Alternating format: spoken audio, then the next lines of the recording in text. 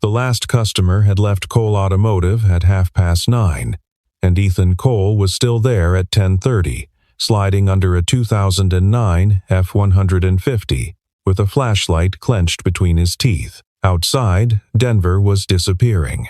The Weather Service had called for 4 inches. They were getting 14. He could hear the wind pressing against the corrugated steel walls of the garage, testing the seams, looking for a way in. He'd been a mechanic for 11 years, owned this shop for 3. The work suited him, problems with clear causes, solutions you could hold in your hand. People had tried to tell him he was wasting his talent. He'd tried to explain that talent wasn't the point. The point was that Lucas was in bed by 8:30 every night with a story read to him. He was tightening the drain plug when he heard it, not the wind, not the groaning of metal or the distant percussion of a snowplow grinding down Colfax Avenue. Something smaller, a sound like a page turning in an empty room. Ethan rolled out from under the truck and lay still on the concrete, listening. The fluorescent lights buzzed. The blizzard pushed, and then he heard it again, a faint, rhythmic sound from behind the garage, near the dumpsters he shared with the laundromat next door. He pulled on his coat and went out through the side door. The cold was a physical thing, a weight that settled on his shoulders the moment he stepped into the alley. His flashlight found the snow first, already 8 inches deep, still falling hard, and then the dumpsters, their green paint dusted white, and then the small figure crouched behind the nearest one. She was maybe 8 years old. She wore a dress made of dark blue velvet, the kind of dress you see in department store windows in November, the kind no parent lets their child wear in weather like this. Her shoes were patent leather. She had no coat. She was shivering so violently that he could see it from 4 feet away, and she was watching him with eyes that did not look like a frightened child's eyes. They looked careful, calculating, older than the rest of her. Around her left wrist, barely visible beneath her sleeve, was a bracelet, not the plastic bead kind, not the friendship bracelet kind. White metal, platinum, maybe, and engraved along its inner surface in small, precise numerals. 817. "Hey," Ethan said. He kept his voice the same way he kept his voice when he talked to Lucas after a nightmare. Low, unhurried, making no promises he couldn't keep. "Hey, it's okay. I'm not going to hurt you." She watched him for a long moment. Her lips were blue. When she finally spoke, her voice was almost swallowed by the wind. "The architect," she whispered. He said to find the architect. Ethan had no idea what that meant. He knew only that she was going to develop hypothermia within 20 minutes if he left her there, and that Lucas slept with a nightlight shaped like a football, and that he could sort out the rest later. "Come on," he said, and held out his hand. "Let's get you warm first." After a moment, she took it. Her fingers were ice against his palm. His apartment was on the 3rd floor of a building that had been constructed in 1964 and had not been enthusiastically maintained since. The elevator worked 2 days out of 3. The radiators knocked and clanked through the night like something trying to get out. The hallway carpet was the color of old mustard, but the apartment itself was warm, and there were drawings on the refrigerator, and the cushions on the couch had been selected for softness rather than appearance. He sat the girl on the couch and put a blanket around her and went to the kitchen. Behind him, he could hear the small sounds of her presence breath, the rustle of blanket, the careful silence of someone assessing an unfamiliar space. He made hot chocolate from the good kind, the kind in the red tin. He brought it out in the mug with the cartoon excavator on it, the one that had been Lucas's favorite until last year, when Lucas decided he was too old for cartoon excavators, a transition Ethan found privately heartbreaking. She took the mug with both hands and held it without drinking, as if the warmth itself was the point. "My name is Ethan," he said. "What's yours?" She considered this, not the way children usually consider the question, with the slight boredom of someone who has answered it many times, but with something more deliberate, more strategic. "Ava," she said finally. "Okay, Ava. Do you know where you live? Can you tell me how to reach your parents?" Something moved across her face then. Not fear exactly, but its cousin wariness, the tightening of a person who has learned that some questions are traps. "Not yet," she said. "Please." He was about to push gently, but push when he reached over to adjust the blanket and saw it. Her collar had shifted when she moved, along the right side of her neck, faint but unmistakable in the apartment's yellow light. A bruise. Not the ordinary bruise of a child who had walked into a doorframe. The shape was specific. The shape of a hand. Ethan sat back. He kept his face neutral, the way Rachel had taught him years ago when she was still in training and used to practice on him. "Don't let them see you react. Give them room." "Okay," he said. "Not yet" is fine. He called his sister from the kitchen, speaking quietly. Rachel Cole had been a Denver PD detective for 6 years, and she had the rare gift of not asking unnecessary questions at the necessary moments. "I've got a situation," he said. "A kid. No ID except a bracelet with a number on it. She's scared of something, and I don't think I should push her toward the system tonight." "Address," Rachel said. 20 minutes. He went back to the living room. Ava had not moved from the couch, but the hot chocolate was half gone, and she was looking at the laptop he'd left open on the coffee table, looking at it with an expression that didn't belong on the face of an 8-year-old. "Can I use this?" she asked. "What for?" She didn't answer.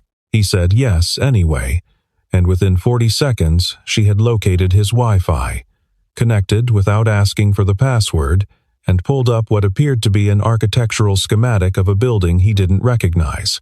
She studied it for 3 minutes, memorized something he couldn't identify, and then closed the browser. "Thank you," she said, and handed him back the laptop. He sat across from her and did not say anything for a while. Outside, the blizzard pressed against the windows. Somewhere below, a car alarm was going off, muffled and futile in the snow. "Ava," he said eventually. "How old are you?" She looked at him with those old eyes. "That's complicated," she said. Rachel arrived at 11:15, shook the snow from her coat in the hallway, took one look at Ava, and said nothing for 30 seconds. Then she went to the kitchen with Ethan. "The bracelet?" she said. "I know. 817. That's not a name. That's an identifier." "I know," Ethan said again. Rachel was quiet. She was 31, 2 years younger than him, and she had their father's eyes, the same habit of holding steady when everything else was moving. She'd driven 4 hours through the night after the accident and sat with him in the hospital waiting room until sunrise without saying a word, which was the most useful thing anyone had done for him in years. "She's not afraid of us," Rachel said. "She's afraid of whoever she came from." "Yes, I'll run the description quietly. Informal. Keep her name out of it for now." Rachel paused. "Has she eaten?" "Hot chocolate. Real food." He was scrambling eggs when he heard the engines. Not unusual sounds for a city street, but these were wrong, too many, too synchronized, too slow. The kind of approach that is not accidental, that has been deliberate and coordinated by people wearing earpieces. He went to the window.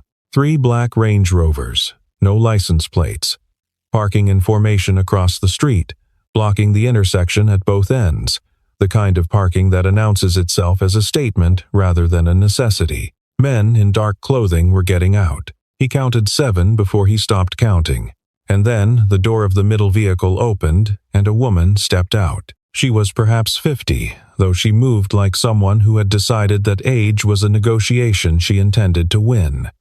Her coat was charcoal cashmere. Her hair was the silver of something that had once been blonde and had transformed through discipline rather than neglect. She looked up at the building with the calm of a person examining a balance sheet.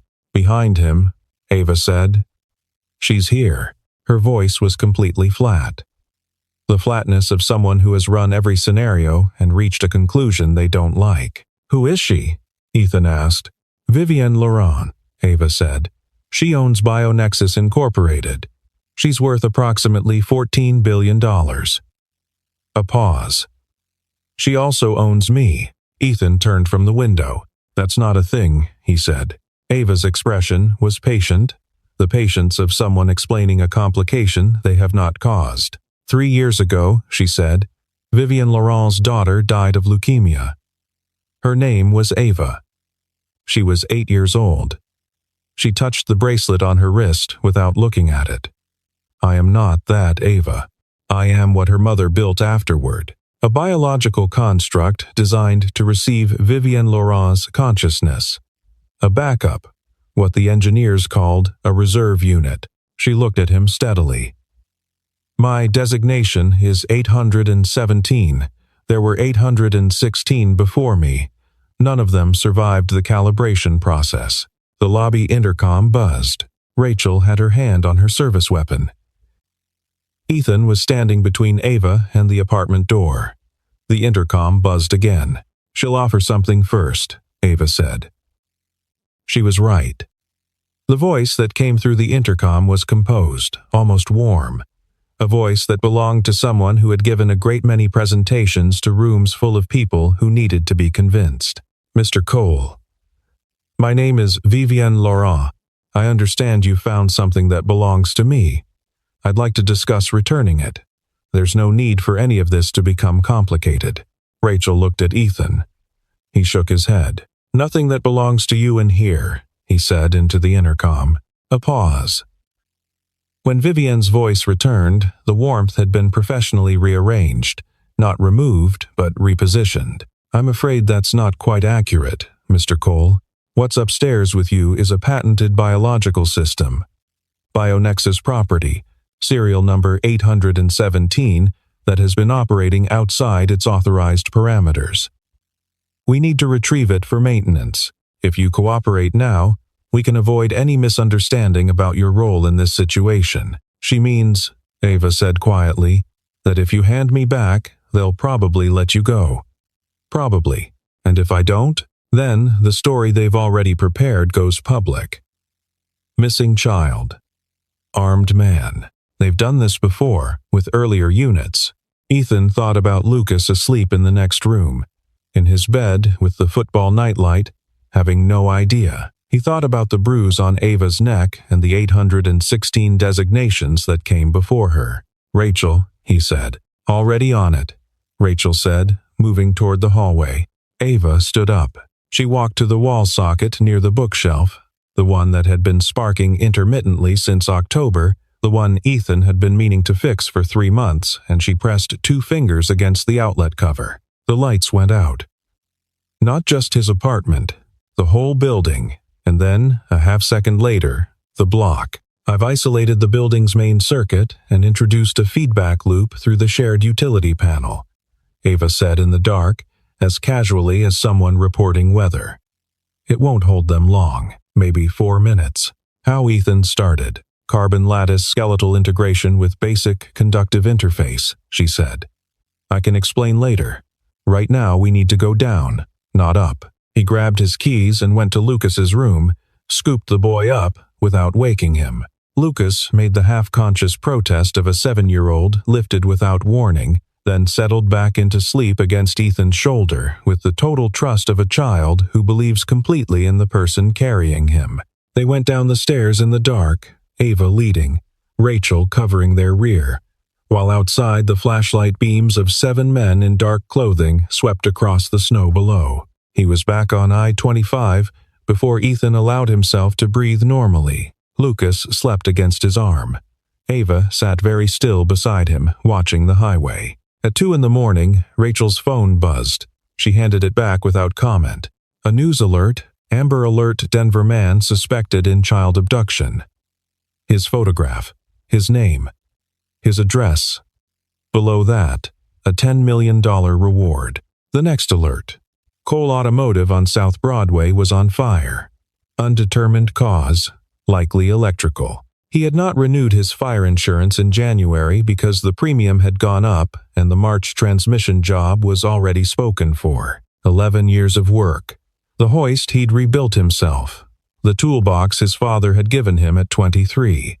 Every drawer organized in a system only he could read. Gone. Lucas stirred, found Ethan's arm, held on in his sleep. Where are we going? Ava asked. Somewhere safe, Rachel said. Old safe house from a task force case 3 years ago. Off the books. Even the department doesn't know I still have the key."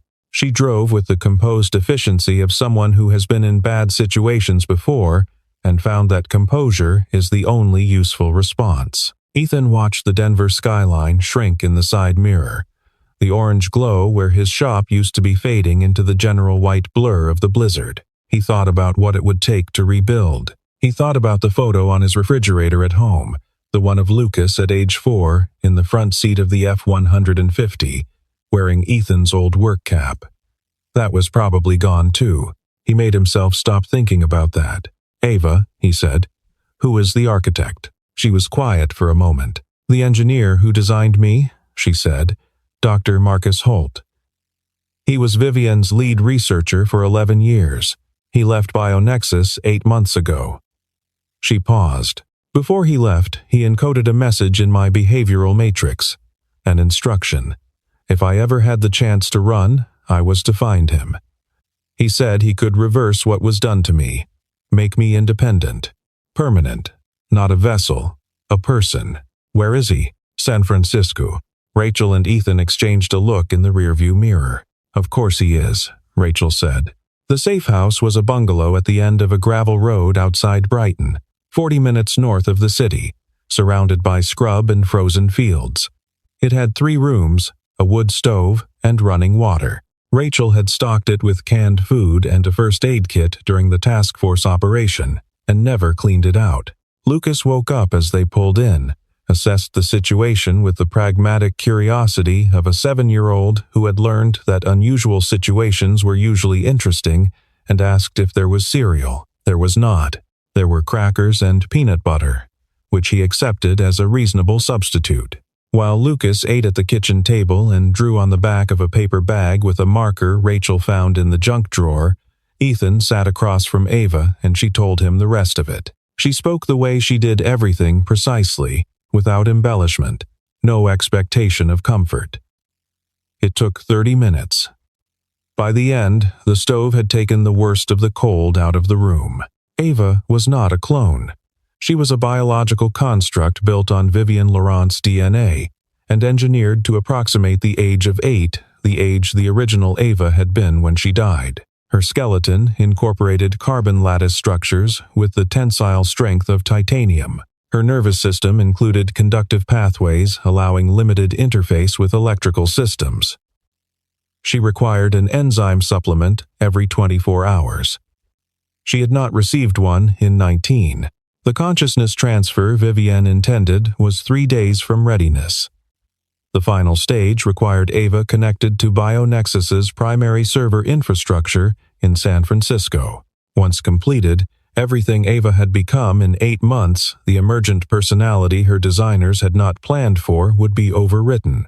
Dr. Marcus Holt had left 2 things behind when he departed BioNexus: the behavioral instruction that led Ava into the storm looking for an architect, and a data package in a secure server partition at that same San Francisco facility, a lock, he'd called it, that would make a consciousness transfer permanently impossible by writing Ava's own patterns into her biological foundation. He called it a lock, Ava said. "Once it's installed, I can't be overwritten. What's in me stays in me. And we have to go to San Francisco to install it," Ethan said. "To the same building where they'll be waiting for us," Rachel said. "Yes," Ava said. Lucas looked up from his drawing. He had been apparently absorbed in what appeared to be a detailed illustration of a space station, but Ethan had learned long ago that absorption in drawing did not mean inattention. "Is she going to be okay?" Lucas asked. Nobody answered immediately. Ava looked at the boy across the table, this ordinary child with marker on his fingers and crackers on his shirt, and something moved in her face that had not been there before. Something that had not been designed in. "I don't know yet," she said. Honest, no softening. Lucas nodded, accepting this, and went back to his space station. "Okay," Ethan said.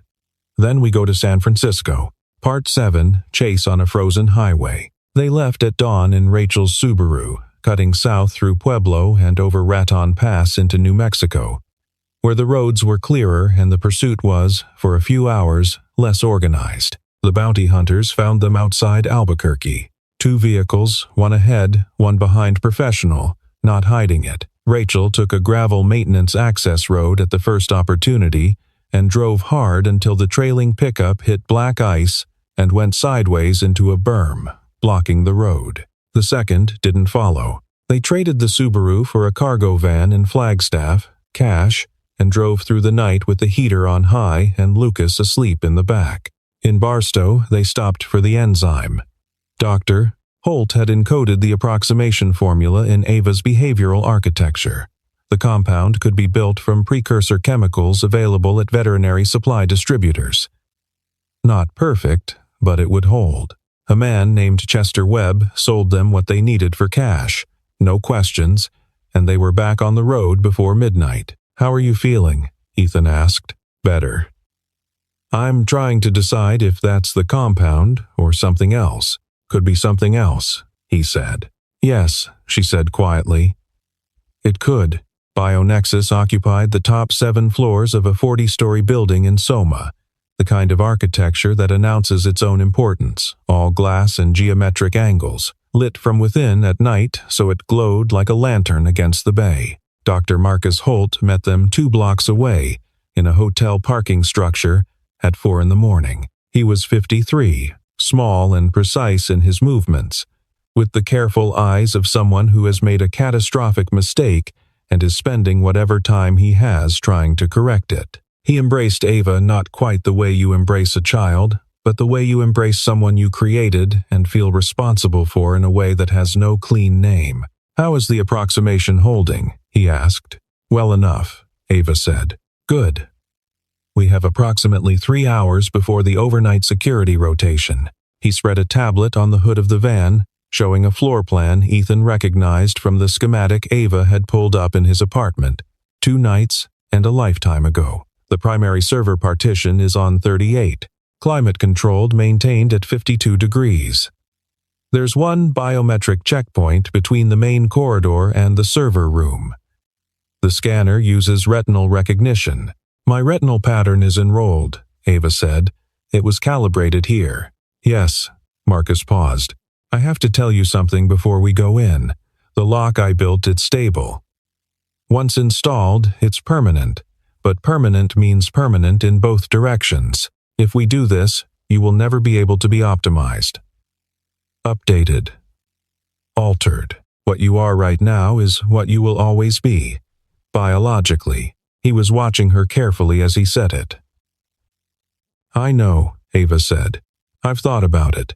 "And?" She looked at Lucas, asleep in the back of the van through the window. "I'd rather be a fixed thing than an empty one," she said. They went in through the building's basement, an access corridor used for HVAC maintenance that Marcus had mapped 8 months ago with the specific intention of not burning this bridge. The corridor was cold and functional. No cameras in the maintenance sections, the kind of oversight gap that exists in every large building and that security teams only discover after something has happened. The elevator to 38 required a BioNexus employee badge. Marcus had not surrendered his when he left. The company had apparently assumed he would and had not followed up, a small administrative failure with significant consequences. The server room was exactly 52 degrees and loud with cooling systems, rows of black towers, indicator lights blinking, the smell of ionized air. Ava walked directly to a specific terminal. She knew its location, the way you know things written into you before you're conscious enough to remember learning them. Marcus connected his device. The interface came up. "I need 8 minutes," he said. "Once I initiate, don't interrupt the process. Interruption at any stage after 40% could corrupt the lock rather than install it." "We'll watch the door," Rachel said. The progress indicator climbed. 30%, 50%. At 62%, the corridor door opened. Vivienne Laurent stood in the doorway with 4 security personnel behind her, wearing the same charcoal coat she'd worn in the Denver snow, a detail Ethan would remember later for no good reason. She looked at the progress indicator. 62%. "Marcus," she said, his name in her voice like a contract being invoked. "Stop it." "No," he said. He did not look up from the terminal. The security personnel had weapons. Rachel had her service piece, but 4-1 were bad odds even for Rachel, and everyone in the room knew it. What? Nobody moved. Vivian stepped forward. Her eyes went to Ava, to Unit 817, and something complicated moved through them. Not quite grief, not quite ownership, something at the uncomfortable intersection of the two. "I want you to understand," Vivian said, the composed presentation voice stripped away now what it is to watch your child die. To sit in a hospital room for 14 months and watch everything that makes a person dissolve, and then to have the resources to refuse that outcome. To say, "not permanently." "You didn't bring her back," Ava said. Her voice was quiet and clear. "You built a house for yourself. 73%. Vivian's jaw tightened. She turned to the nearest security guard and gave a small nod. The guard moved toward the terminal. Rachel put herself in his path. He was larger and better trained. And for a moment it was going to go very badly, and then the room's secondary lighting, the emergency phosphorescent strips along the floor, flickered. Ava had both hands flat on the nearest server tower. The energy discharge that followed was not dramatic. No lightning, no sparks. Just a deep pulse that traveled through the building's power infrastructure in a half-second, tripping the emergency halon suppression system in the upper server tier, dropping the temperature in that section by 20 degrees in 4 seconds, and sending a feedback surge through every circuit in the room. The security team's communications went down. Their electronic locks went down. The display on Vivian's phone went blank. Marcus did not look up. His fingers kept moving. 87%. Vivian crossed the room herself. She reached the terminal and raised her hand to physically disconnect Marcus's device, and Ava stepped in front of her. Not blocking, just standing there, between the woman who had created her and the machine that was in the process of making her herself. "Ava," Vivian said, "you don't understand what you're giving up." "I understand what you're taking," Ava said. 94%. Vivian looked at her, really looked at her, maybe for the first time. Not at the vehicle she had designed and built, at the person who had been slowly, stubbornly, quietly assembling herself inside that vehicle over 8 months of accumulated experience. 98%. 99. The terminal chimed a small, definite sound, the sound of a process completing, and Marcus exhaled for the first time in 8 minutes. "It's done," he said. The room was very quiet. The cooling systems hummed. Somewhere in the building, the halon had triggered an automated alarm, which meant the fire department was coming. Which meant they had perhaps 6 minutes. Vivian stood very still. Her expression was something Ethan could not fully read, and thought probably no one in the room could, because it was the expression of a person arriving at the end of a plan they had worked on for 3 years, and finding that the end is not what they had imagined the end to be. She looked at Ava once more. Then she turned and walked out of the server room without speaking. Her security personnel, after a moment's hesitation, followed. "We need to go," Rachel said. They went. The snow in Montana was different from Denver. Snow quieter, somehow, less combative. It fell without hurry and accumulated without announcement, and lay on the fields around the farmhouse in a way that made the whole world feel muffled and patient. Ethan was in the barn with the tractor, which had developed an oil seal issue that any competent mechanic could diagnose in 20 minutes. He'd been taking 30. The work was good. The work had always been good. He heard the back door of the farmhouse bang open, and then running feet in the snow, and then Lucas's voice elevated to its outdoor register. "Ava, you're doing it wrong. You have to pack it first." And then Ava's voice, which had slowly over 6 months begun to sound less like a voice reciting from a manual and more like a voice that was making itself up as it went. "I'm packing it. This is what packing looks like. That's not packing, that's just Ava. Come on." A pause. Then the soft impact of a snowball hitting something, followed by a shriek from Lucas that was 90% theatrical indignation and 10% genuine surprise. Ethan set down the socket wrench and leaned against the tractor and listened to them argue about snowball technique for a while, because it was the kind of argument that didn't need him. The legal proceedings had been going on for 4 months. Rachel had found them an attorney in Denver named Patricia Sawyer, who specialized in cases without clean precedent. The argument hinged on a question no court had yet answered. What constitutes personhood when the person was biologically engineered, has no birth certificate, and was legally owned by a corporation? The court had not answered it. Courts rarely do on the first attempt. What it had done was issue a preliminary injunction prohibiting BioNexus from acting against Ava until the question was resolved. Patricia said delay was often the first form of winning. BioNexus was in a complicated state. 3 board members had resigned. The consciousness transfer program was suspended pending federal review of its ethics process or the lack of one. Vivienne Laurent remained CEO, but her public appearances had grown infrequent, and when she did appear, she had the look of a person still deciding what to do with something they'd learned about themselves. Dr. Marcus Holt was consulting for the federal investigation and had accepted a position at a university in Vermont. The farm had belonged to Rachel's late uncle. She drove up from Denver on weekends and complained about the roads and fixed things that needed fixing and ate dinner with them and went back Sunday evenings. It was the right amount. Ethan had started a repair business out of the barn.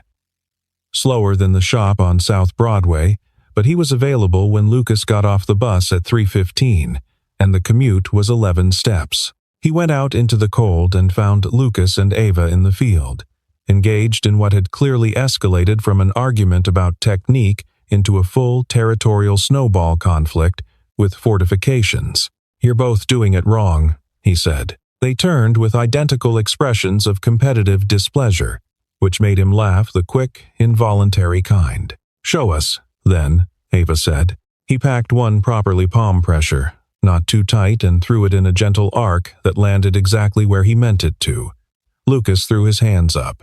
Ava studied the landing spot, then began repacking with visible attention to what she'd just seen. She had no bracelet on her wrist anymore. It was in a jar on the kitchen windowsill, next to a pine cone Lucas had brought home from school, and a small stone Ava had picked up on a walk in November because she liked its color.